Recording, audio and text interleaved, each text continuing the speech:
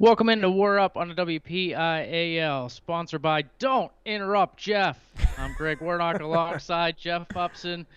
Jeff, you ready for should be a very fun show? Oh, I can't wait. It's going to be a great show, and I like how you start that out with a bang. Love it. I love it. Let's go. Let's go. Well, let's get things rolling. Double A WPIAL championships this past weekend, Southwest Regional coming up here this weekend. And in Double A, let's jump right into 107 pounds. And really, it was the two top guys coming at it in the finals. Cam Baker from Borough, Antonio Bonai from Central Valley dominated their way through the bracket. This was a fun one to watch, Jeff. The result really not indicative of the match itself. Bonai winning by fall. And he did control the match, but I would say Baker, he battled tough. He went back and forth with Bonai, and these two are going to be really fun to watch here next week at the regional tournament. Well, and this is the one we wanted to see, right? We wanted to see Bonai and see where he was at. We had talked about it last week, and I think he proved that. I think he proved where he stands because when you look at Baker's results, he pins a lot of people. He's very funky. He's dangerous, and Bonai was able to out scramble him and get the win there. So, and these two were just clearly a little bit a step above the rest of the field here. I think that goes without saying. No doubt about it. And even Anthony Mucci, though, I was impressed with him as well. I want to give him a mention. Taking third place, he had a dominating win over Bruce Anderchak for third. But you look at the Southwest Regional, Jeff. You have Mason Beatty up top. You got Dom Deputy, obviously a friend of PA Power Wrestling here on the number 2 spot. They're solid. They're two of the best here at 107 pounds, and you got several other studs in this weight. Yeah, 107's a tough weight class, man. It's a very deep weight class with a few young guys and a couple guys that have been there before, a couple juniors and seniors with Mason Beatty, Mount Union. He's the guy at the top of the bracket. This bracket is it's very well balanced. So if you look at the top half, Cam Baker and Jacob Sombronsky from United is one of the best first-round matches, not only of this weight, but just in the tournament in general. Baker, a guy who, as a freshman, has a lot of wins under his belt, a lot of ranked wins under his belt. Sombronsky is a guy who is a state qualifier. He's been to Hershey before, but he had a really tough District 6 tournament where he finished fourth. There's a lot of weights, and you're going to hear us talk about it, where one district is really strong and the other one's not so strong.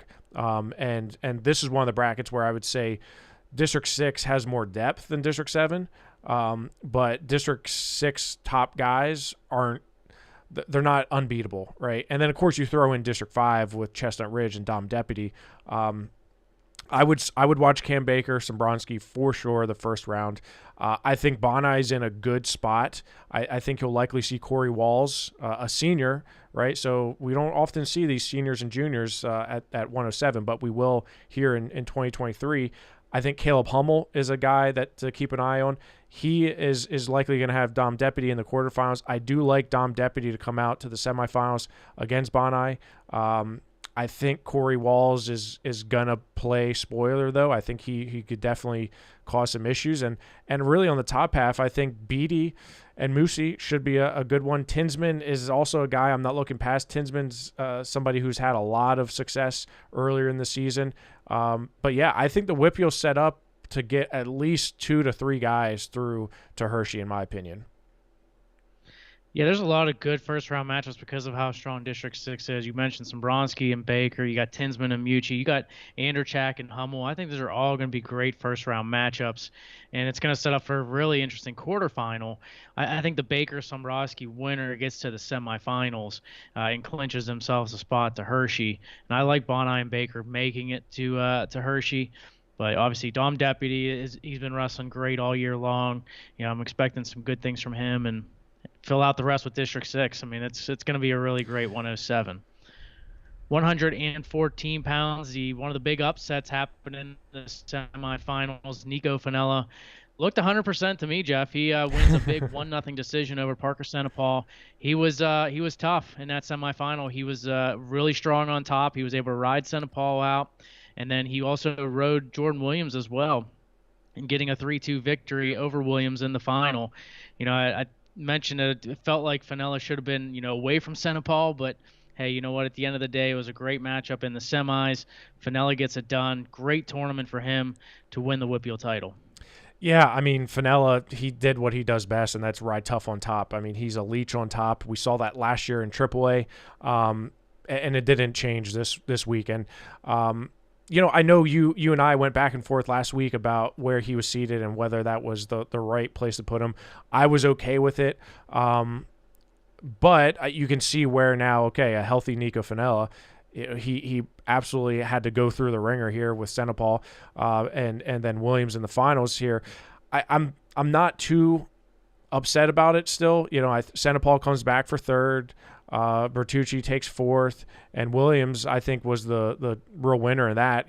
And Williams looked great again in the semifinals against Bertucci. I mean, he beat him 16-3. We haven't quite seen that from Jordan Williams yet this year, so I thought that was a really big statement win for him, and to be within 1 point of Finella.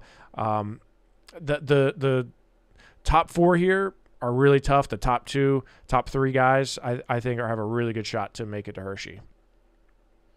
Yeah, as far as the bracket goes, I mean, with Senepal losing in the semifinals, or really whoever would have lost in that semi, they got a tough draw because Landon Baney grabs the top seed, and now Yep. Senepal is going to have a tough one in the quarterfinals with Landon Baney. Could be two of the best guys in this weight class, two of the three when you throw in Finella into the mix as well, but they're going to wrestle in the quarterfinals. Jordan Williams, because of his number 2 spot, obviously he gets in a better spot to be able to make it to the semis, but he'll have to get through the winner of Baney and Senepal to make it to that final as well.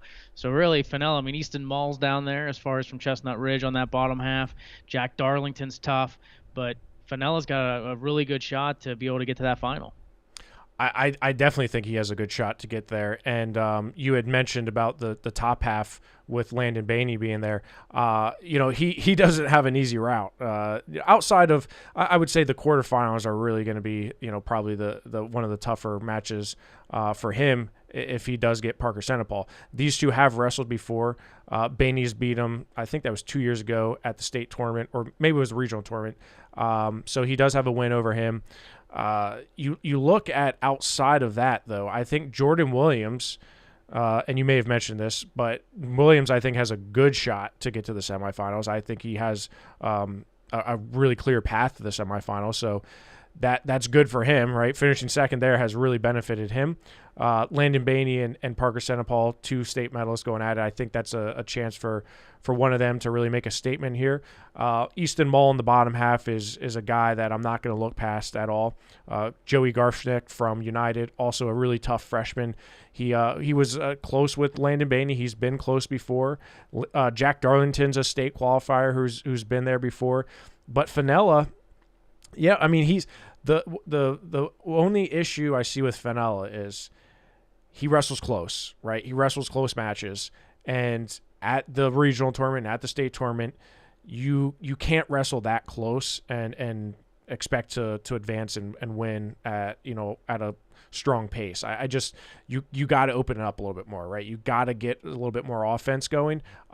Riding tough on top is going to help him, but it also allows some opportunities for some guys to pull some upsets. And Jack Darlington, I think is definitely capable of doing that. Easton Mall, I really like him as well. So yeah, when you talk about the number of guys getting through, I think the WPIAL gets 3 here at a minimum, but it's all about matchups, Greg. It's all about where these guys end up and advancing it. Sometimes it's better to lose early than it is later. Yeah, and you look at I like the top 3. You're right. I like Senepal, Williams, and Finella to advance. The thing is Julian Bertucci, right? I think he's the wild card. Can he get hot? Can he pull off an upset or two? You're talking about first round matchups you're excited about. I'm excited to see Bertucci and Garshnik. I think that's going to be a big one for Bertucci.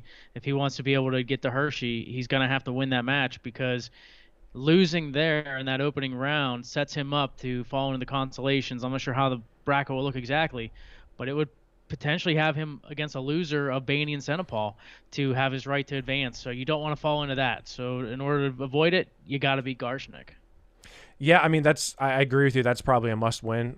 We haven't seen these two wrestle yet, and I do believe these 2 freshmen are gonna bang heads. And you're right. I mean, that's you got to get that win there if you want to set yourself up for a chance to make it to Hershey. But overall, I think the WPIAL, Jordan Williams, I think really lucked out. Not, I don't want to say lucked out. That's maybe the wrong term. He benefited from finishing second and where he's at in the bracket, because I think he's got a clear path to the semifinals there. Yeah, I would agree with you, and definitely a favorable draw for sure. 121 pounds, Jack Cazalis of Quaker Valley and Lucas Barr of McGuffey. Everybody was excited to see that final. Cazalis definitely controlled the match. Barr came back late to make it close, but Cazalis jumped out to an early lead and was able to take that to a WPIAL title and won his 100th match in the process. So he comes into the Southwest Regional, Jeff, and he's going to be the number 2 seed with Lucas Fye of Bald Eagle area grabbing the 1. Yeah, and if you look at this bracket, this is kind of one of those situations where District 7 and District 6 are pretty even. I would say there's not a whole lot of differences between the two. I think Lucas Fye and Jack Cazalis are kind of on the same level. I think you throw in there the fact that Lucas Barr has a win over Cazalis. I look at the first round matchups, and there's quite a few of here. Lucas Barr, Ezra Swisher from Bellefonte is one I'm circled, because 2 freshmen, Swisher, younger brother Jude Swisher, kind of under the radar a little bit. I really think he had a good surge tournament. He has wrestled tough all year, so I think that's a good test in the first round for him. Brock Holderbaum, he had a tough match in the District 5 finals. He lost to Braden Durst from Berlin. He got pinned by him. Holderbaum's one of those tough senior from Chestnut Ridge who just seems like he's been around forever. So that quadrant there on the top half, I think all 4 of those guys have a chance to make it out through, and you got 2 seniors and 2 freshmen, right? So a lot of disparity there between those two. And on the bottom half, this is kind of like Seth Burns. Like, I'm okay with that draw getting Durst. Like, Durst is super tough as a freshman, but I'm okay with that. Gideon Bracken from United, I really like him, and Zanella from Burl also had a really good WPIAL tournament, finishing in 4th there. So outside of Cazalis, like, I don't think that there's a clear number 2 here. Maybe you can say it's Bracken, but it's pretty wide open. Sean Kane, Ryan Yoakum, that's a good match for me. 28-11 versus 27-15. Both those guys have wrestled pretty tough schedules. I do expect Jack Cazalis to make it to the finals again, and probably see Lucas Fye. And with Lucas Barr trying to sneak through and get into to Hershey. Yeah, I think the WPIAL and District 7 or District 6 are going to – Carter Putt had a great WPIAL tournament, right? And I don't think we've given him enough credit last week I don't think we did at all. But he could potentially sneak in as well. I thought Indiana overall had some really good individual performances. So did I. This past weekend. And it made people, ask the question of, how come they didn't do better as a team, right? Because they had some really good individuals this past weekend. But I think that's the thing where they're good, and where they're bad, right? I mean, it's, there's no in between. So, that's probably why team-wise we didn't hear enough of them. But they've got some really good individuals. And you're right, Putt did look really good this weekend. And there's a lot of balance, right? You have Cazalis and Barr as far as probably a little bit ahead of the bunch, but the rest of these guys could sneak in and grab a 5th or a 6th spot. Because that 3rd through 7 in the WPIAL, I mean, you could re-wrestle that, and I think that sequence or the finish is different every time. Maybe outside those top 2, I think the 3 through 7, it's just who's feeling good, right? Who's wrestling well, and it's not going to stay the same every time. Absolutely. The one match that I think everybody had circled, Cooper Hornack and Chris Vargo, they went at it, and Cooper Hornack went after Vargo right off the whistle. I don't think Vargo was really expecting it, Jeff. Got the opening takedown and then took that takedown to a 5-1 victory. Got a late takedown on an attempt from Vargo. But it was a great tournament for Cooper Hornack to win the WPIAL title. And he's coming into this as the number 2 seed. Cohen Bainey grabs the 1. So you're going to have Bainey and Vargo both on the top half of the bracket, where you have Kobe Burkett and Cooper Hornack on the bottom. In terms of star power and amount of medals, this is one of the deepest weight classes, right? 127 is going to be an absolute barn burner. Chris Vargo now on that top half there. I really, Cohen Bainey is one of those guys where he and Vargo have wrestled back and forth, back and forth. Vargo won the last one at the Ultimate Warrior tournament, pinned him. But Baney is super tough, right? And Hornak, let's not neglect the fact that this is 2 in a row now against Vargo, right? He beat him in the Conci semifinals last year in tiebreaker, and now he beat him in the WPIAL final. So Hornak's always good for one loss where you're just like, how did he lose to that guy, right? I mean, he had a bad King of the Mountain tournament this year, but he has bounced back. He lost to Allmiller from Mifflin County. He's lost to Lieben this year as well. Hayden Cunningham, not bad losses. But then he comes back and he beats Householder. He beats Bell. He's going through and he's beaten all these tough guys, including a lot of the guys that you're going to see here this weekend. He beat Burkett 9-0. Right, he beat Valentine by fall, beat Thanel Miller by fall. So you're really starting to see a Cooper Hornak that's just peaking at the right time. I'm not betting against him, right? So I think he's the best of the bunch in the bottom half, no doubt about it. I think Vargo and Baney are going to be another classic Vargo and Baney match. The question for me is, you have 3 really high end guys here. Who are the rest, right? That's the question to me. Is Kobe Burkett going to be that next guy, right? And Tyler Clark from Frazier, is he going to be that next guy? I think he makes it to the quarterfinals without too much of an issue. But you look at some of the other WPIAL guys like Orlandini. Him and Hess is I like his match there with Hess. I personally don't think District 6 is very good outside of Baney at 127. I mean, call me what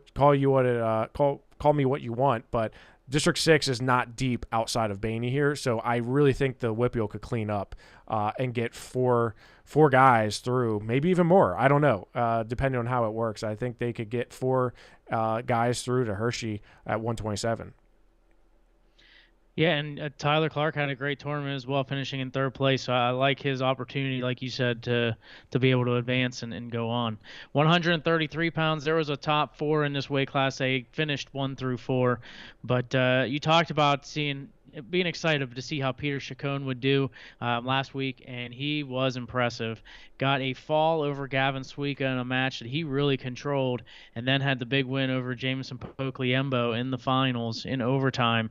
And he comes in now, Jeff, as the number 1 seed. And you look at 133, it is a deep weight class, and the 4 studs from the WPIAL make it a part of that. But District 5 and District 6 have some really good guys too. Yeah, I mean, Cross Cassidy is one of my favorite wrestlers, man. He's so tough. He's so aggressive. He's just like Caden. I mean, he's just brutal. He just beats people up, and he's undefeated this year, and I really like where he's at in the bracket on the bottom half. Going back to what you had said about the WPIAL tournament, I mean, Chacon won arguably the deepest weight class in terms of number of guys here, because Gavin Suica finished 4th. Let's not forget Damon Michaels beat Suica to take 3rd here, right? And I don't know if it's Burgettstown. Burgettstown, as you said, Indiana had a good tournament individually. I think Burgettstown, they had some setbacks, right? And part of it may be just they've been on a grind the last month and a half, right? I mean, they've been wrestling at a high level. Those 3 days in Hershey, wrestling deep into Saturday, those take a toll on you, right? And then you get right back into it with sections and districts and now regional. So maybe that plays a factor into it. But Chacon, for his part, he's now in the top half. I like where he's at. Personally, I think he's probably going to have to get by Suica again. I think Suica comes out from that bottom half. That match with Mason White is going to be a really good one, first round. Colin Shunk is also not going to be an easy out, but I do believe if Suica wrestles like we've seen him before, he shouldn't have an issue getting to the semifinals with Chacon with a chance to punch his ticket back to Hershey. On that bottom half, that I really like Cross Cassidy. Damon Michaels is going to have a tough go of it. And Pokliembo, I could see Pokliembo making it to the semifinals. So, but Forcellini from Forest Hills he had a great District 6 tournament. I was impressed with him. But I would say the WPIAL is a little bit deeper here than District 6, so I could see at least 3 getting through to Hershey.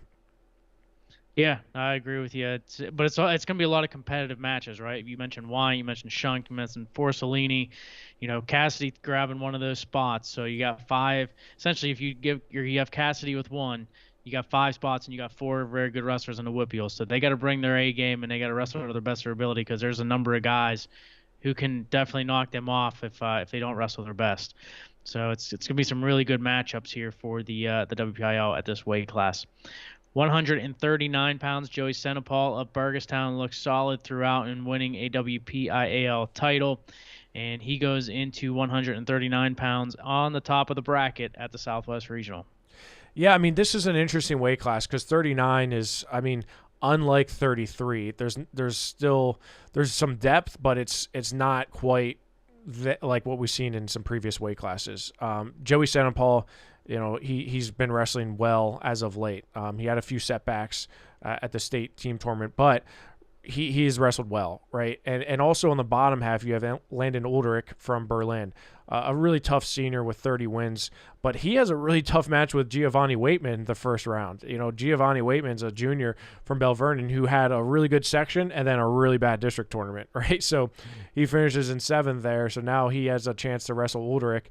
In that quadrant there on that bottom half, Nico Farah could be the guy that comes out from there, right? On the bottom, I think Cornetto from Marion Center is the guy. I've seen him. I feel like I've seen him 100 times wrestling this year. He's really tough. Owen Ifchik from Bentworth is pretty good himself, but I think Cornetto is the guy on the bottom half. Luke Hollywood didn't have a bad tournament at the WPIAL this past weekend. Reese Sherwood from Everett is a guy that I'm not going to look past. Taylor Smith from Juniata, one of those other teams where Juniata came down, like Indiana, from AAA to AA. I really like Taylor Smith. I think he gets out to the semifinals, but ultimately, I think Joey Senapal is the only, I'll call it lock, to get through from the WPIAL. I think you have outside chances from Farah. Farah can get hot. Farah wins that first match. He could find himself in the semifinals very easily. But outside of that, I think it's going to be tough for the WPIAL to get anyone else through. Again, it just depends on where these guys win and where they lose and who that matchup's with. Because like Lucas Walk, for example, from Tyrone, if he beats Burford and he's in the quarterfinals, where he drops is likely going to knock out a WPIAL wrestler. So, and the top, outside of Senapal, the rest are just kind of in another tier. Yeah, and you know what? You mentioned Farah. You also got to look at Owen Ivsick as well. He and Farah did not get the opportunity to wrestle. Ivsick was the 4 seed, and both guys losing to Senapal. So I think Owen Ivsick is a wild card in this too. I think he and Farah are probably the two guys most likely to battle for a spot. You look at Aiden Burford. He is hot and cold. He is. He's just like his brother Drake, hot and cold, Yeah, man. I mean, it is the truth. And what happened with Aiden Burford, he was up 4-1 against Luke Hollywood and was called for a slam, and that's how Hollywood won the match because it was a disqualification. Hollywood didn't wrestle again because of that slam. So, one is Luke Hollywood going to be able to go first and foremost? If there is a scratch, something that was mentioned last week was they are not backfilling the spot. They're just going to move everybody up a spot, and then it's going to be a scratch for that 8th spot. So that's something to keep in mind. Hopefully Luke Hollywood can go. But Burford, I mean, yeah, he puts up a lot of points, but he also can give up a lot of points, as shown with his matches. Outside of I think he had a big loss to Owen Ivsick. But he also could put up points like he saw against Luke Hollywood and a couple of others. So he's a wild card for sure. But I think Owen Ivsick is another guy, who is one to watch. 145 was turned upside down. Logan Ritchie got pinned in the quarterfinals to Cole Doppelauer, who makes it to the finals. Doppelauer actually, when he got that pin in the second period, was leading Ritchie prior to that. Logan Ritchie is just a guy. He's tough to predict, right? Because obviously he's a good wrestler. He's a state medalist, but he's so nonchalant. Like, he looks like on the mat, like, yeah, okay, I'm just gonna casually get my points, and he's very methodical about it, and you would look at him and be like, okay, like, there's no way this guy was a state medalist, but he somehow is always in every match, right? but he didn't look his best. Did not look his best at 145. Tyler Debnar able to take advantage of that opportunity and become the WPIAL champion, but Cole Doppelauer as the 8 seed was number 2. Yeah, I mean, going back to the section and how you can have a really bad section and then come back. I mean, he was 5th out of the South, right? And he ends up getting 2 falls into the semifinals, beats McRae, which I think is a favorable matchup for him, and then wrestles Debnar tough. But the match here, it was Erdley and Debnar, right? Erdley had beaten Debnar the week prior. This time Debnar flips it. And really, Gabe Lilly, I thought, had a really good tournament. He has a tech fall over Kovac from Burgettstown, which I was like, my gosh, Kovac is not an easy out, and he teched him, beats McRae, and then loses to Erdley. But I thought Lilly had a good match. And you look at the bracket here. There was, and going back, before I do that, Logan Ritchie, you had mentioned it. I mean, he had a really tough first-round matchup with Rook Smith, a freshman from Montour. That was a 3-2 match. That, to me, was like, okay, if you're that close with Rook Smith's tough, but he missed a lot of time with some injuries. He had a really good opening weekend, beat Spires from General McLean. But Logan Ritchie, like you said, I don't know what to say. I don't know what to judge him by. He could lose to Logan Baker from Somerset in the first round, or he could end up winning that, getting Doppelhauer or Flynn, and making it out to the semifinals. On the top half, Trent Hoover is the guy, but him and Jonah Erdley, like, Trent's not going to have an easy go of it. I think he's going to get Kubaski from Southmoreland in that first match. Not a freshman I'm going to be looking past. And I think he gets Jonah Erdley in the quarterfinals.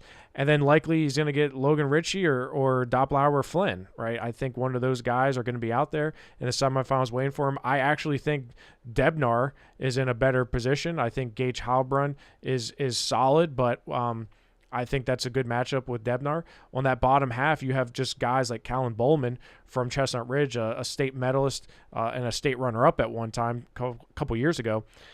I really don't know what to expect here. I think Trent Hoover has been the most consistent throughout the season. Logan Ritchie's been the most inconsistent, but he's a state medalist. Trent Hoover's not.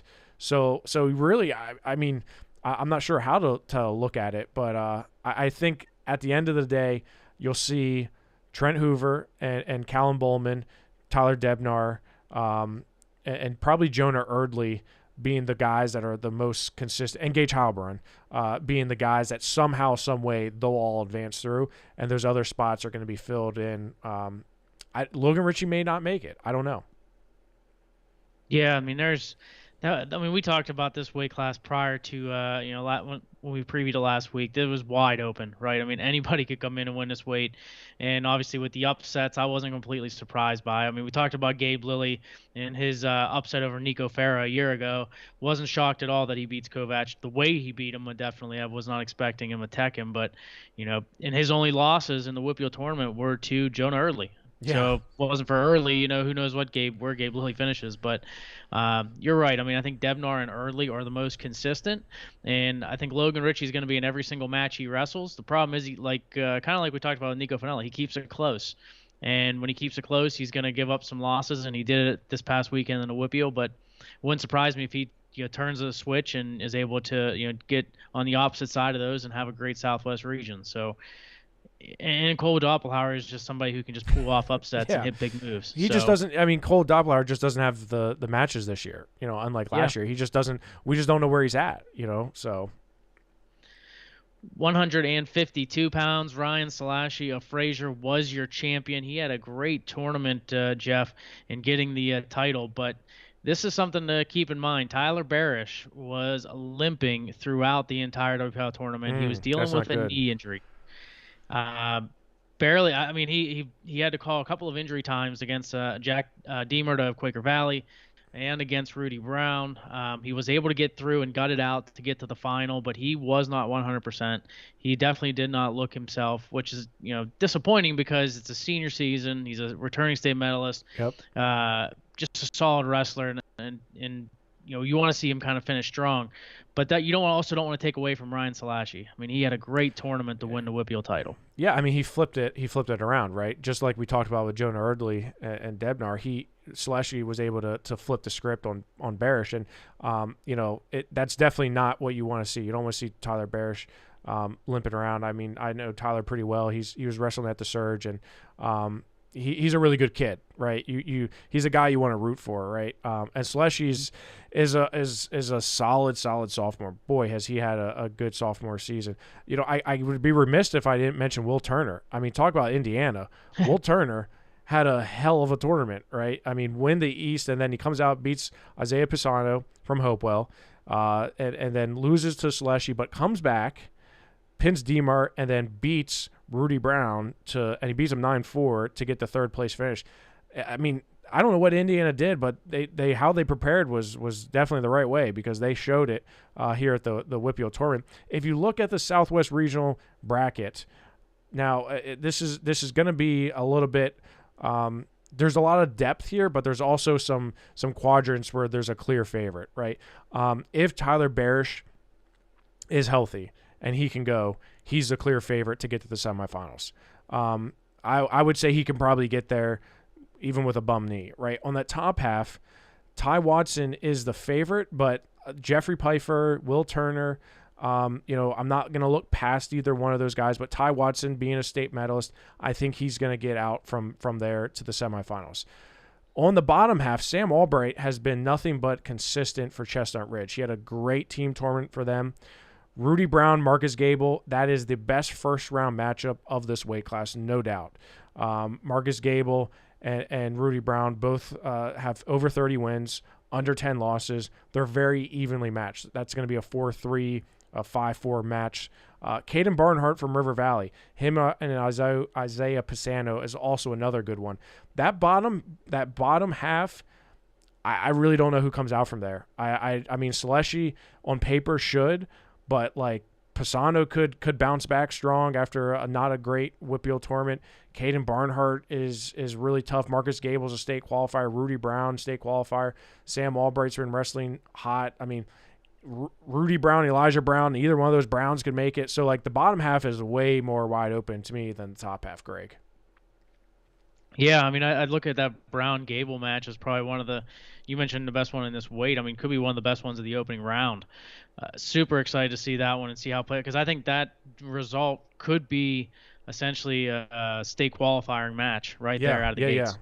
Yeah. So just depending on how that goes, I think the winner of that match could be a semifinalist. But you're right. I mean, there's at least 6 guys that could come out into the final here from that bottom half. It's just that wide open, depending on who brings their A game that week. And if Barish is healthy, the WPIAL should get 2.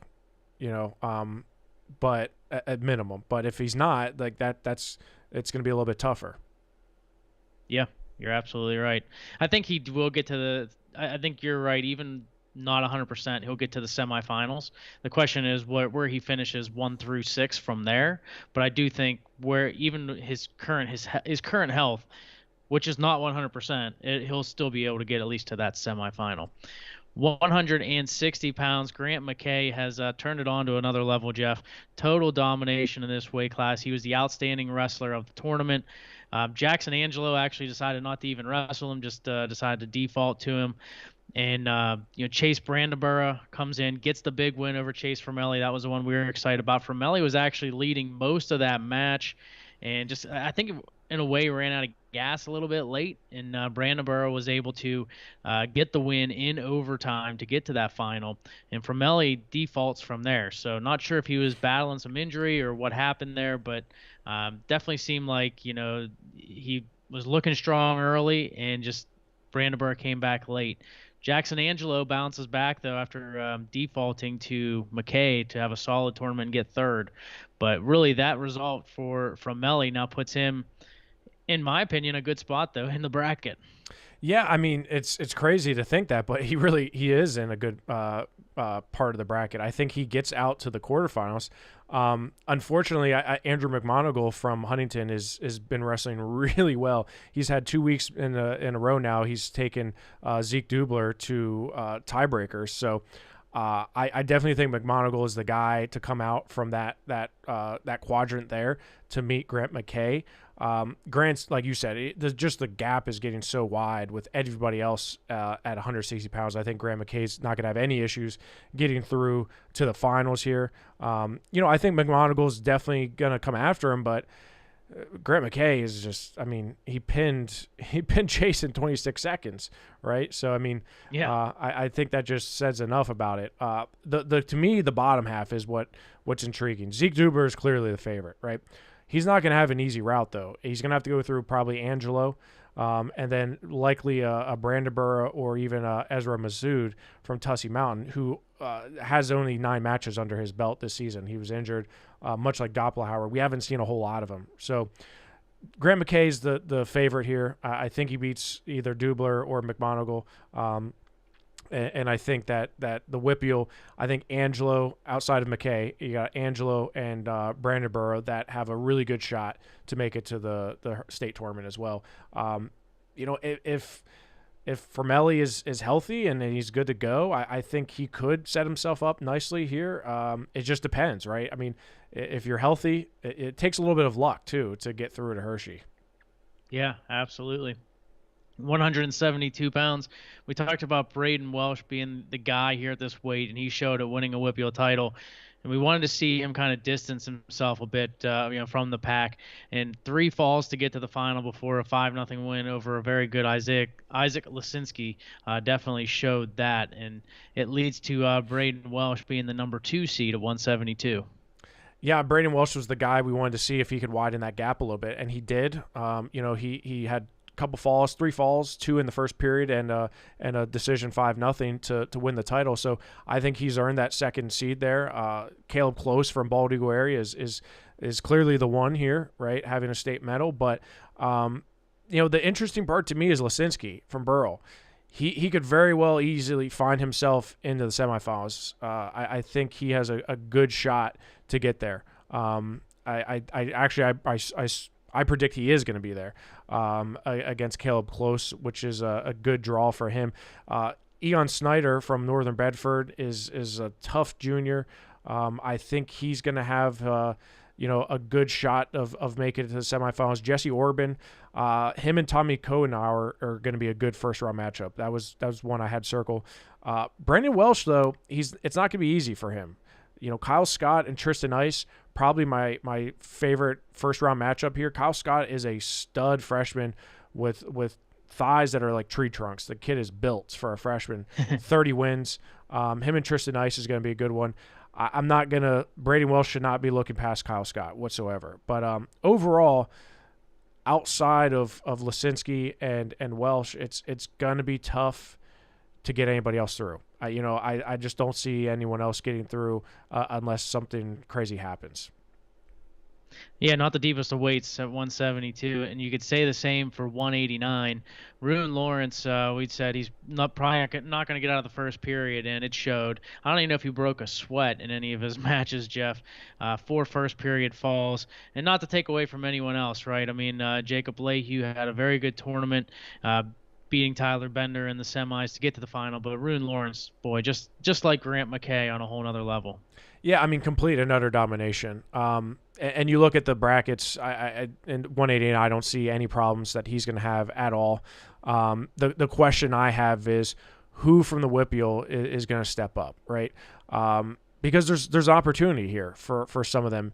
Lehue, as you mentioned, he's got a tough first round matchup with Britton Spangle of Glendale, 31-9 on the season. Spangle's a guy who's been around. He's had a lot of tough matches for Glendale this year, and he's probably gonna have to go through Josh Ryan as well. So it's gonna be tough for the WPIAL to get some of the guys through, because District 6 is good, not great, but District 5 with their qualifiers here, they're all not bad. Presnell from Chestnut Ridge, he can certainly turn it on, and he could find himself in the semifinals. And Rowan Holmes has been really consistent as a sophomore this year for Somerset. So it's going to be tough outside of Rune, who's going to dominate for the WPIAL to get anyone through. But it all depends, right? The WPIAL and District 6 are pretty evenly matched here. Josh Ryan's beatable. He's had some ups and downs. So, yeah, it's going to be fun to see who comes out, especially on that bottom half. I think Rowan Holmes is the guy, but it's not locked, right? There's not set in stone like Rune Lawrence is. 215 pounds. It was another really good weight for the WPIAL. We had 4 really good wrestlers in this weight class, but Brendan Morgan really just jumped out leaps and bounds ahead of the others, dominated a fall over Christian McChesney in the semis, and really was in control the entire time in a 6-2 win over Vitaly Daniels of Bentworth. Was just the better wrestler throughout the entire 6 minutes of that one. Grabs the top seed here at 215 pounds, and well-deserved considering the tournament he just had. I mean, Brendan Morgan's been super tough and super solid for Central Valley this year. I mean, just looking back at some of the matches that he's had at Powerade and now through the postseason, I'm really impressed with Brendan Morgan. 215 is a weird weight. There's District 6 is not deep at all in this weight at 215, but they have some guys that are like, I'm afraid to overlook them. Like Mitchell Hart from Southern Huntington is not a guy that most people had on the radar as winning a District 6 title to start the year, but he's had a really good last few weeks. Brendan Morgan, I think, is not going to have too much of an issue. I think you probably will see Luke Boylan in the quarterfinals.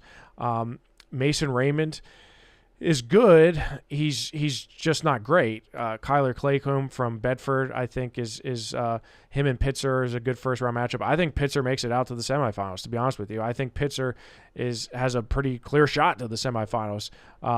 And good for him as a freshman.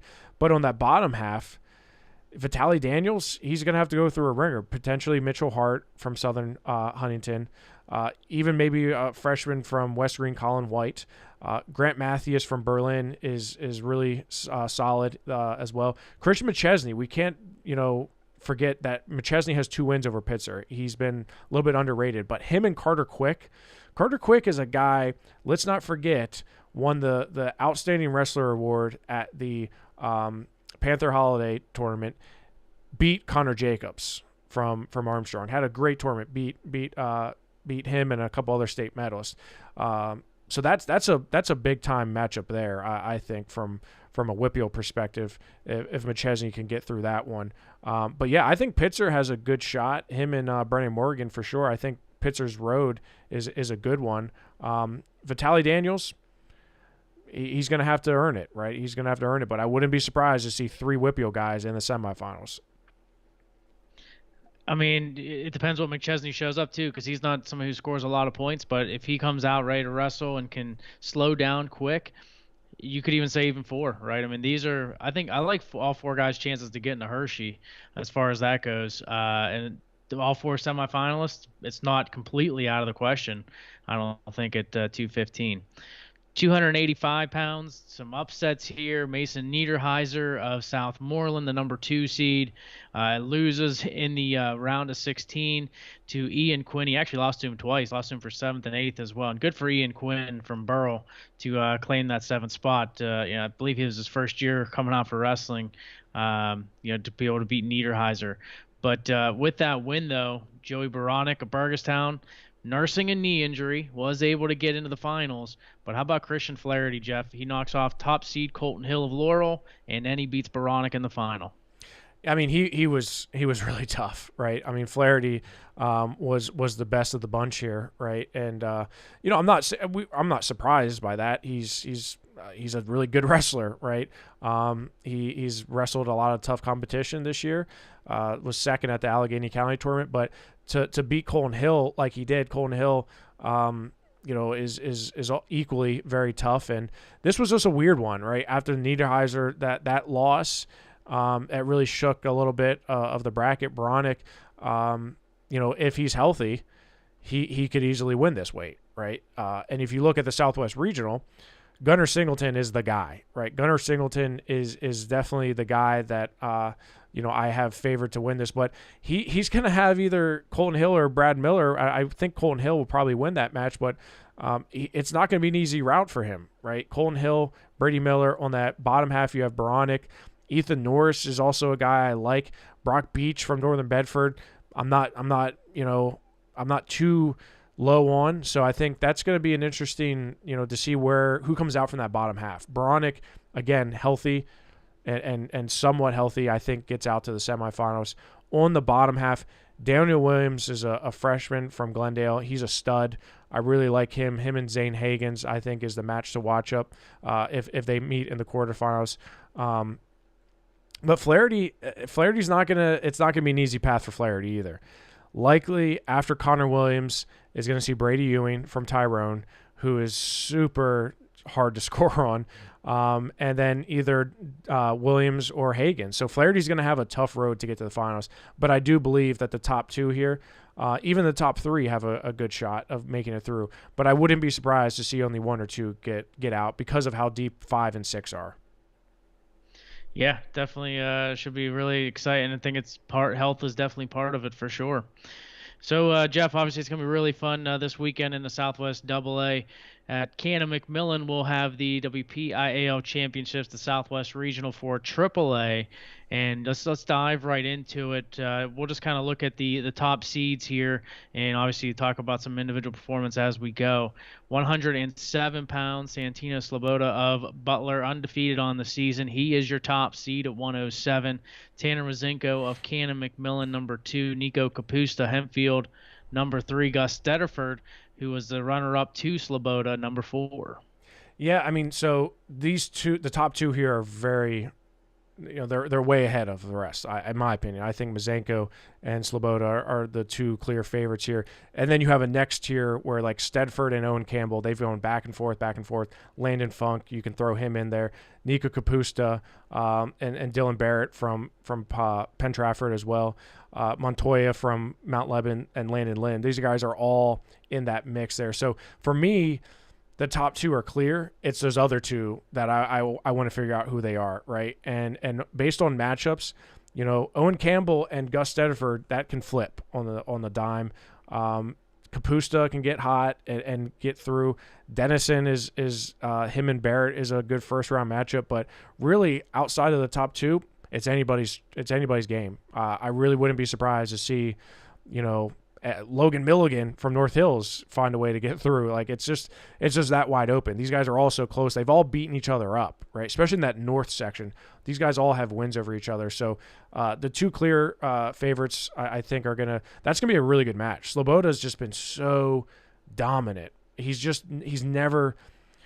hasn't had a close match. He's just destroyed everybody. So yeah, and Mazenko's though he's the upperclassman. Being a junior here. I'm really looking forward to that match. Yeah, and it was a one-time ranked as a top guy in the state, right? So he obviously comes in. It's gonna be definitely an awesome final between those two. And you're right. I think 3 and 4 are definitely up for grabs, but 1 and 2 look like they're pretty well locked in. 114 pounds. It seems like there's a pretty clear top 3 when you look at this weight. Luke Willishow of Latrobe, you gotta like his odds to get to the finals. Should be a fun one in the semis. Tyler Capusta and Connor Smith, guys that have battled against one another. But how about number 4 seed, Caden Harbert of West Allegheny? He had the upset over Kai Sheptick of Waynesburg, won by fall in the final in the section. They're likely to meet in the quarterfinals and could have a spot to Hershey on the line in that match. Yeah, I mean that was a crazy match. There was a lot of crazy results here in general, but looking at the bracket, Kai Sheptick has that setback, right? Caden Halbert, hats off to him. That was a really good win for him, and it sets him up nicely. But that quadrant, I really don't know who to pick because Frank's, he's 15-10, but let's not forget he has a win over Sheptick, right? Halbert is I would say has the hot hand, right? But you have a lot of guys that are all very in the same boat, right? I think Luke Wilshell, not any issues getting to the finals. Capusta and Smith, my gosh, these guys have a lot of history. It's 50-50 right now. It's 2-2, and Smith's won the last 2, but Capusta in sudden victory knocked Connor Smith out of contention to go to Hershey last year. That plays a factor, right? That's a mental side of things. Capusta won in sudden victory to advance to Hershey, knocking Smith out. Smith has won the last two, and they've been 1-point decisions. I think we're going to see something similar again here this weekend at Canamac. The fourth guy is the question for me. Ryland Campbell, he's a junior, has wrestled really well. Caden Halbert, is he able to string together another series of wins? Kai Sheptick, can he bounce back and find a way? But yeah, I mean, it's the three-headed monster here, and then you're all battling for that fourth spot, in my opinion. 121 pounds, maybe one of the more wide open weight classes. You got Ryan Klingensmith of Kiski at the top. You have Jacob Layton of Connellsville, number 2. Cooper Smith of West Allegheny, the impressive freshman. He is number 3. Leo Joseph of Latrobe, number 4.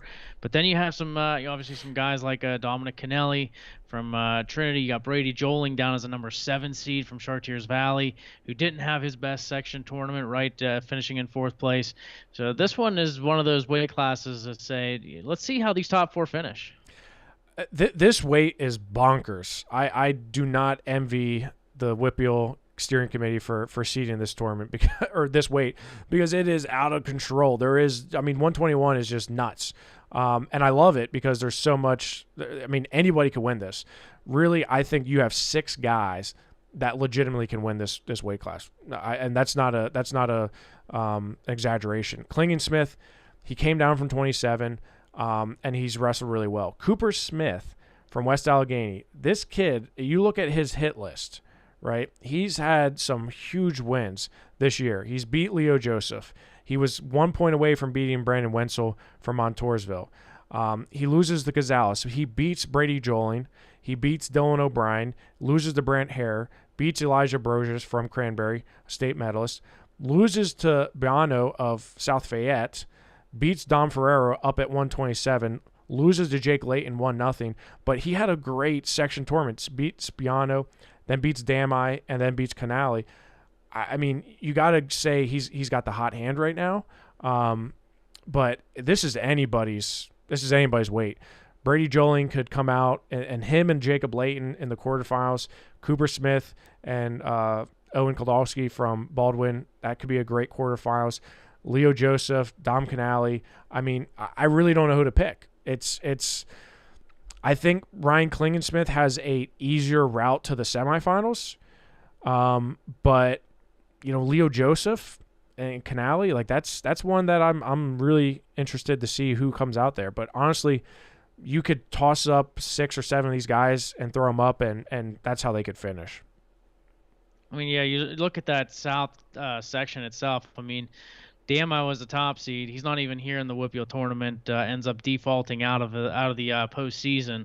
But Smith beats him in overtime. Smith was the 4th seed as the champion. The runner-up was the 6th seed in Canali.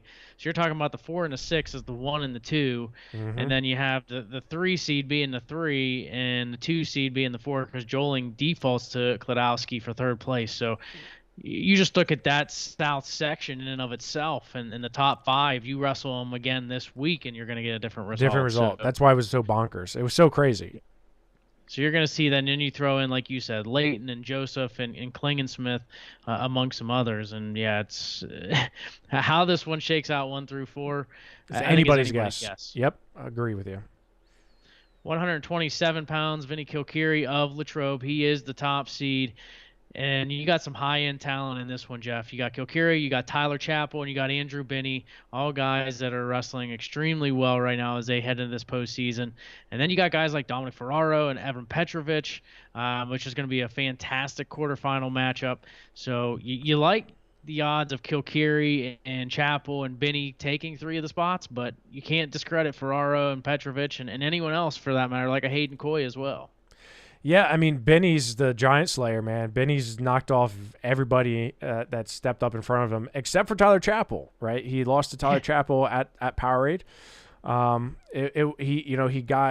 He got put in a position where he was taken down to his back, and it just wasn't. And there's nobody that can shut down a match like Tyler Chappell. I mean, he can slow down a Mack truck. The kid, he's so good from that position.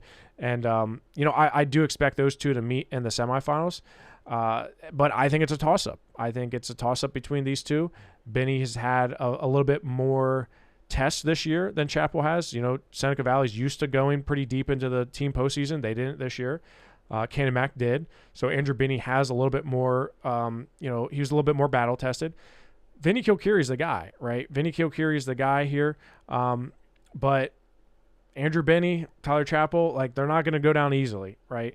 I think Ferraro is the next guy, but TJ Allison is another one. Petrovic, Islamov from Baldwin. It's again, I think Ferraro is the guy, the fourth guy, but it's not going to be easy. And Hayden Coy too. I really like Hayden Coy. I think he's going to have a chance as well. So that, again, I love these types of brackets because you have these top tier guys, but it's anybody's game in that bottom half in the consolation rounds. I really do believe that there's a handful of guys here who can make it to Hershey.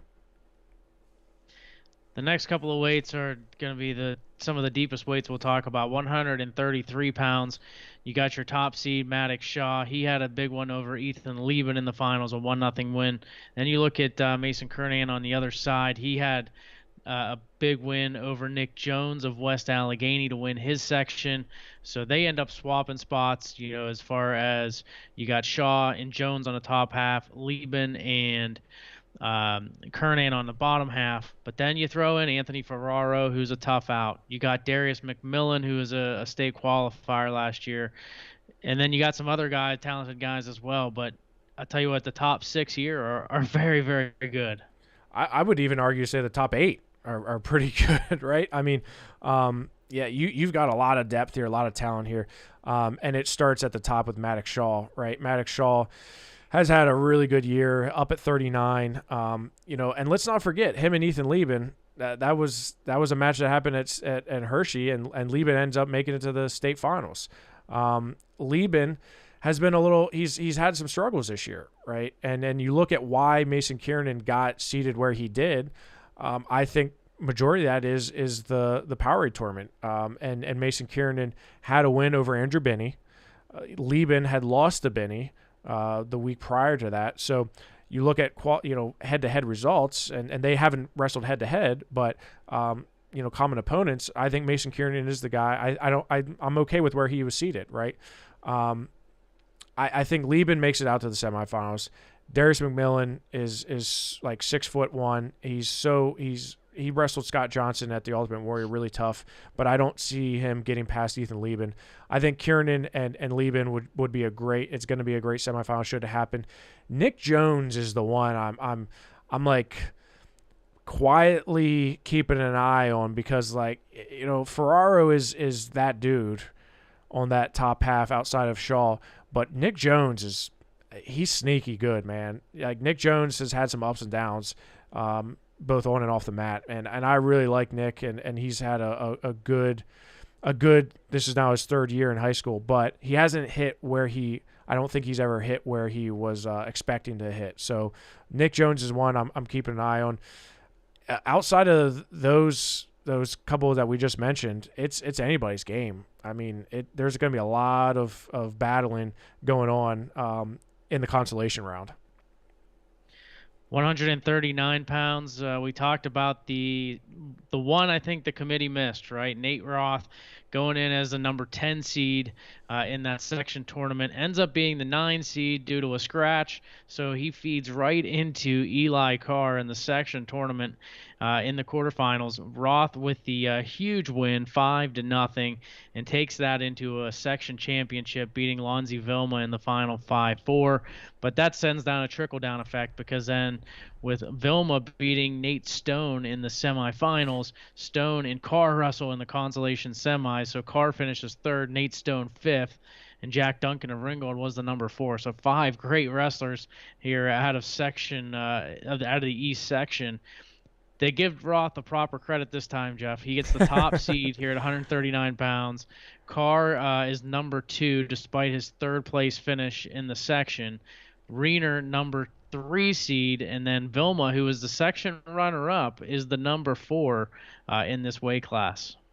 Well, and I'm not surprised at all. This is exactly how it should be seated. Nate Roth won the deepest section by far at 139 pounds, so he gets the top spot. I think, Eli Carr has a win over Lonzy Velma, so it doesn't matter that he finished third. He should be the second seed. Blake Riener, again, section champ, down at the bottom half. I like that. This is one of the deepest, if not the deepest weight class, right? 139, especially with Nathan Monapart coming up from 33, Lonzy Velma coming down from 45. Case Chop from Butler has wrestled really well as of late. He's come on strong, and he's a guy that some folks were talking about, and I just didn't see it. And then all of a sudden, he had some wins that opened up my eyes. So, this is there's a lot of good wrestlers in this weight class. I think Eli Carr and Blake Riener make it out to the semifinals on the bottom half. I think that's a really good matchup there. I think Nate Roth healthy, is going to win this bracket, right? And I was talking to a coach this past weekend who's known Nate his entire life and said, he said, I know who the guys are in the state, Manville, Rath, and Perry. He said, Nate Roth, when healthy and wrestling well, can beat anybody, and including all of them. So there's a lot of, Nate Roth is got a lot of, it's just he's like insulated, right? I'm actually surprised I'm surprised he didn't default out after advancing through. I thought maybe that was an option.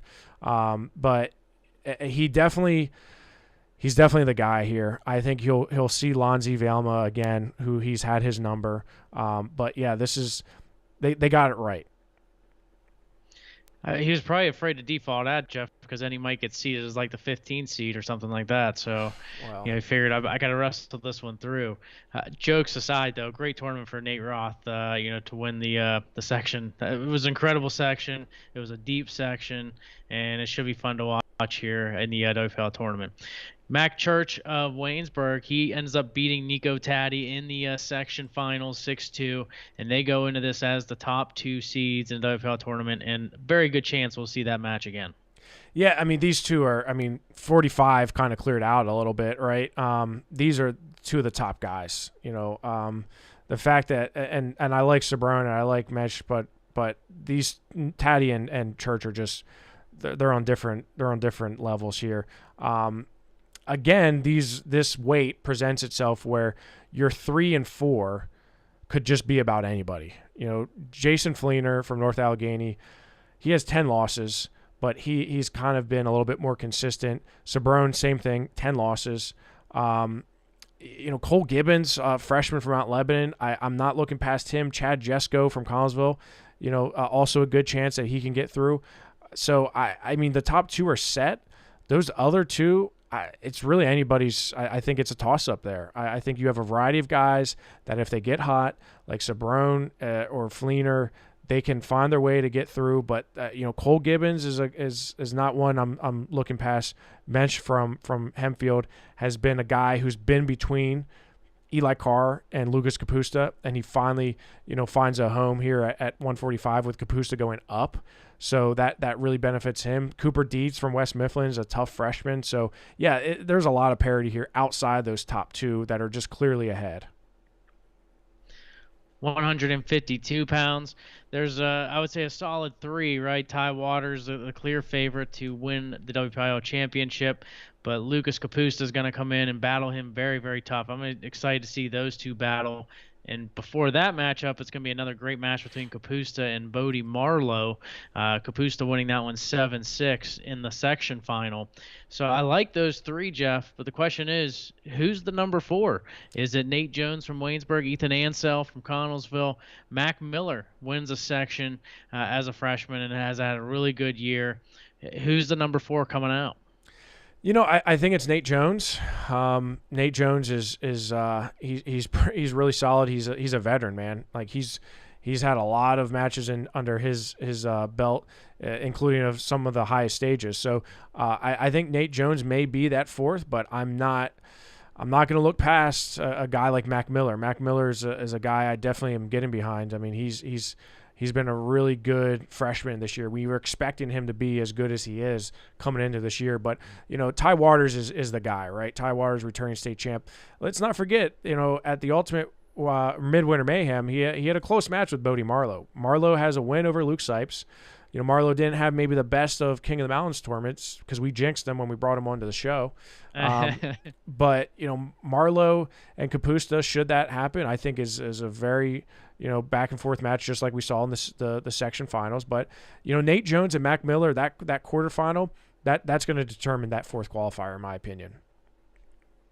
I agree with you completely. 160 pounds. A matchup we'll likely see again here this coming weekend between Dylan Evans and Sean Taylor. Evans wins the battle in the section 3-2, so a very good chance we'll see those two again in the finals. But who takes 3 and who takes 4? Levi Donnell of Butler was, I would say, a little bit upset. Obviously, you had a feeling Donnell was going to be the favorite going in there, but AJ Rohan gets it done to win in the section. So you got Donnell, Rohan, but Gavin Beck's wrestling really well. You can't take away from Jake Stevenson. Who comes out as 3 and 4 at 160? 60 was a fun weight class outside of Sean Taylor and Dylan Evans. And, I just want to mention, this is very reminiscent of last year, Dylan Evans. Dylan Evans comes on hot at the right time, right? Took a few losses early in the season last year and, didn't have the best Powerade. And all of a sudden he turns it around and just, marches to a state title.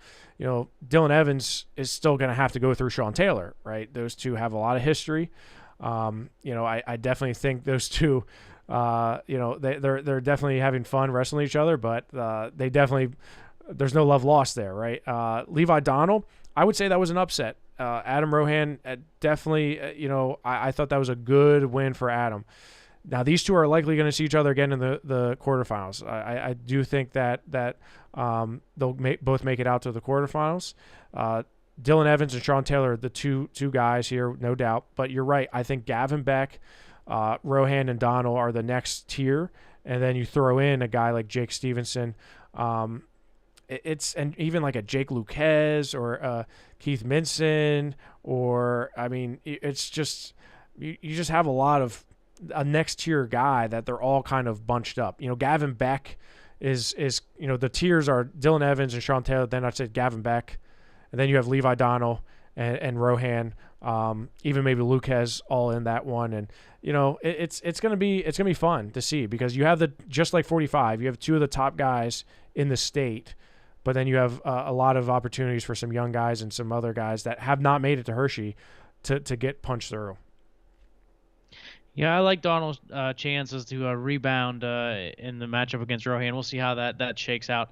Lucas is an interesting one to me, Jeff, because he made it to the semifinals of the section tournament, forfeits in defaults there on out. Was supposed to wrestle Rohan, didn't wrestle him, and didn't wrestle again. So I guess the question is, how healthy is Lucas? But if he's able to bounce back after forfeiting out of the section tournament, he could be playing a little bit of spoiler as the 8 seed. Mm-hmm. 172 pounds. Obviously, this weight is Rocco Welsh's to lose. But I'll tell you what, Matt Furman continues to battle him tough and continues to try to close the gap a little bit. But you like Furman. You like Bodie Morgan here as well. But then there's the question of, you got Antonio Walker. You got Mark Gray. Can one of those two guys take one or both of the spots, take the last spot, but also can they pull an upset to grab another? I think so, yes. And Matt Furman and Rocco Welsh, yes, we know that these two are the top of the class here. And my gosh, Matt Furman's going to have to wrestle Rocco how many times? And they could wrestle this weekend and they could wrestle next weekend in the state finals. Like that's how good these two are. We're going to see quite a few 7-on-7 guys here where they're going to be, looking to meet on Saturday afternoon, Saturday evening. So to answer your question, I think Bodie Morgan is probably the third best here, right? But I think Nino Walker, having come up from such a big weight, right? A little bit of a shortened season for him. He has 2 wins over Mark Gray, though.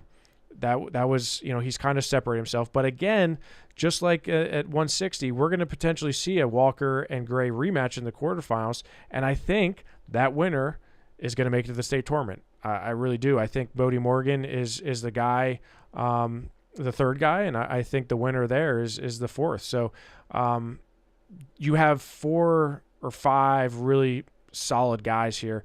And then you throw in like Tassos Whipple from Penn Trafford, who's been really solid this year. I mean, Penn Trafford wrestles a tough schedule, and he's been very consistent for them. So he could upset the apple cart a little bit. But, yeah, Nina Walker and Mark Gray, we're going to see round 3 likely in the quarterfinals with a chance the winner there making it to Hershey. 189 pounds. Couple of upsets in the section tournament, Jeff. Gabe Stafford beating Brody Evans in the finals. And then on the other side, you had Jake Conroy of Ringgold beating Giuliano Marion of Franklin Regional. But then you have Vaughn Spencer just dominate out of the north. So Vaughn Spencer gets the top seed. And then from there, you got Stafford 2 and Evans 3. You got Conroy and Marion 4-5. So Conroy and Marion are going to have a rematch. Very likely you'll see Evans and Stafford have a rematch. But I guess the question is, 189 seems pretty wide open, or is Vaughn Spencer clearly the guy, and 2 through 4 are more of the wide open spots? Yeah, so this is an interesting one. So Vaughn Spencer has wrestled, how many times has he wrestled? 23 times, right? He has pinned or tech falled all his opponents except for one. He majored Jack Tongle 14-1. So I mean, we'll call it a wash. We'll call that a tech fall.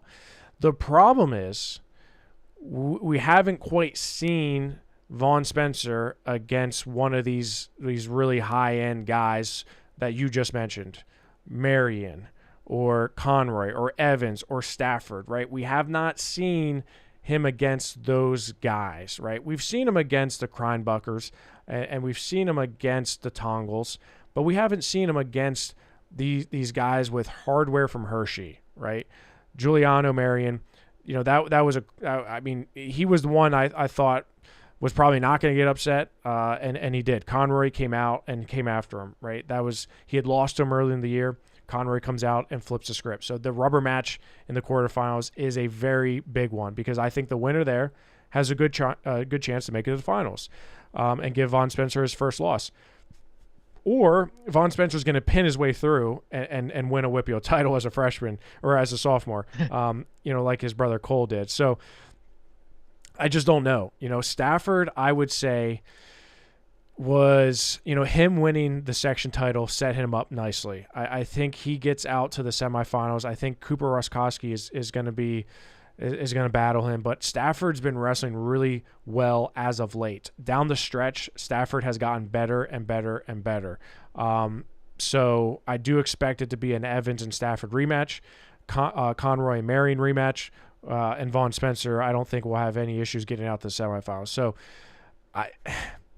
my question is Vaughn Spencer the real deal? And as a youth wrestler coming up through the ranks, he was that dude. But he had a year off, and he's up at 189. So I just don't know. I don't want to bet I'm not going to bet the house on Vaughn Spencer to win it, especially with all the guys like Marion, like Conroy, and Evans and Stafford still there. So yeah, it's going to be an interesting weight class, but it's going to be a lot of fun because I think that sectional tournament it busted it wide open a little bit. Yeah, it really did. You put Marion on the bottom half if he wins the section, and you see him battling Stafford, and it's a blessing for Brody Evans, right, to see Marion lose because now he's on the bottom half and gets another crack at Stafford. Roskowski's an interesting one as a freshman. I think he's had a great freshman campaign for Kiski, so I'm interested to see how he does against Stafford. But you're right. I mean, Stafford's definitely turned it on after getting healthy and back into the lineup for the Big Macs. So yeah, you look at this and Marion and Conroy, you're going to have a state qualifier match right there in the quarterfinals, but if you lose that match, you're not out of it by any means because then you can come back and still battle Evans or Stafford, the loser of that match, to be able to get into Hershey. So really, you have 5 really good wrestlers here in this weight, and only 4 are going on. Yeah, I mean, and Greg, these guys are all been back and forth. Marion and Stafford, they're split. Marion won the first one, Stafford won the second. Evans and Stafford have split. Evans and Marion have split as well. So these guys are we're talking about three guys that are all in the same boat. But Marion had a really good end of the season last year, ends up getting a state medal. So that's important. 215 pounds, Eli Makel of Waynesburg is your top seed, and the second seed, Connor Jacobs of Armstrong. I think that's solid right there, Jeff. But Gino Calgaro of Cannon McMillan gets the number 3 because of Owen Ott of Penn Trafford pulling the upset and beating Corey Borio of Latrobe in the finals. So now you're going to have Ott and Borio on the same half, wrestling in the quarters, potentially here this weekend. Yeah, I mean, this is the tale. We sound like broken records, but these are the guys that they're, all these sectional rematches are going to happen here in the quarterfinals, right? We kind of, we expected that to happen, but it's just when you see it all come to fruition, you're just like, okay, this is where we're at, right? And Borio, let's put it in perspective. Borio, state medalist, he beat Connor Jacobs at Powerade this year in tiebreaker, right? The 1-0 decision. So, you have the top seed in Eli Makel, right? Which I think he deserves it, considering he was the Powerade runner-up, was in the same bracket as these guys. But that Ott and Borio quarterfinal matchup, you're saying, okay, Connor Jacobs, man, Calgaro he's been so good. I'm really high on him. If you haven't noticed, I really think he's the guy here. I think he has no problems getting the semifinals. Benakonski, he's owned him. He's at his number. He's had no issues with him. So I think Gino is going to get to the semifinals and await that winner of Connor Jacobs and Buggy. I think it's going to be Jacobs. So if you said to me what's the most likely finals, I would say Makel and Jacobs. But Borio and Ott, I think Borio's going to be hungry for some revenge. And Borio's, he's a tough guy. I think he's going to be out for some revenge. But Ott, he's been really good this year. I don't think we've given him enough credit this year. He's wrestled really well. 285 pounds, Ty Banco of Trinity is the number 1 seed. Joey Schneck of Pine Richland, number 2. You got to like those two guys as the top 2, and then Joe Enoch of Penn Trafford there at number 3. Question is, who comes out as that number 4? Yeah, I mean, that's definitely the question. But I think, Ty Banco is clearly the guy here, and Schneck is he's in the mix, but Joey Enoch from Penn Trafford as well. Those three are pretty solid. Kreider's had a good end of the year, and it's hard to believe he's already a senior. Shepard Turk has had a good couple weeks. Tyler Gallus from Connellsville, also another guy who's wrestled well. So I think you have 3 really standout guys here, but I think you could see a Kreider or Turk or Gallus all make it through. If I would have to pick, I would say Kreider probably, because I think he has the more likely route to the semifinals. But I don't know. It's heavyweight. Anything's possible at heavyweight. You know that. So we've seen that in other years where heavyweight it just goes completely nuts. Yeah, and I think this 4th spot's going to be like that because those top 3 seeds all pin their way to the to their championships in the section. So you kind of feel like those 3 guys are a little bit above the rest. But that 4th spot is really anybody's at this point. And like you said, I think because of heavyweight, the results can flip on a dime, and I think it's going to be interesting to see who takes that final spot. But should be interesting, Jeff. We got some great tournaments coming up here this weekend with both Southwest regionals happening, and we'll see. I mean, we're 1 week away from Hershey. That's it, man. We're 1 week away. There ain't no running now. It's happening. And before you know it, we're going to be at the Giants Center, scratching our heads and looking at brackets saying, well, who's going to finish where, right? Well, next week we'll do it for you. We're going to obviously we'll talk a bit about these Southwest regional tournaments, but we will preview Hershey and talk about where some of these guys within the WPIAL and the Southwest region will fare as far as the state tournament. So buckle up, be ready. It's always a longer show, right, Jeff? That's that state tournament preview show. I know this one was a little bit longer. It's only an hour and 20 minutes. An hour and 20 minutes. I thought we did well. I thought we did well. And I thought And I we didn't interrupt you, so the sponsor might be a little upset with me, but right I should have tried to jump in and cut you off a couple of times for our sponsor, should but have. uh, but next week's will be a lot of fun. So make sure you stay with us, and obviously stay with us throughout the weekend. We'll have updates for you from all the regions, but especially the Southwest, because we know everybody listening on this show here. That's what we care about most. 100%. For Jeff Upson, I'm Greg Warnock. Appreciate all of you listening in and watching in to War Up on WPIAL.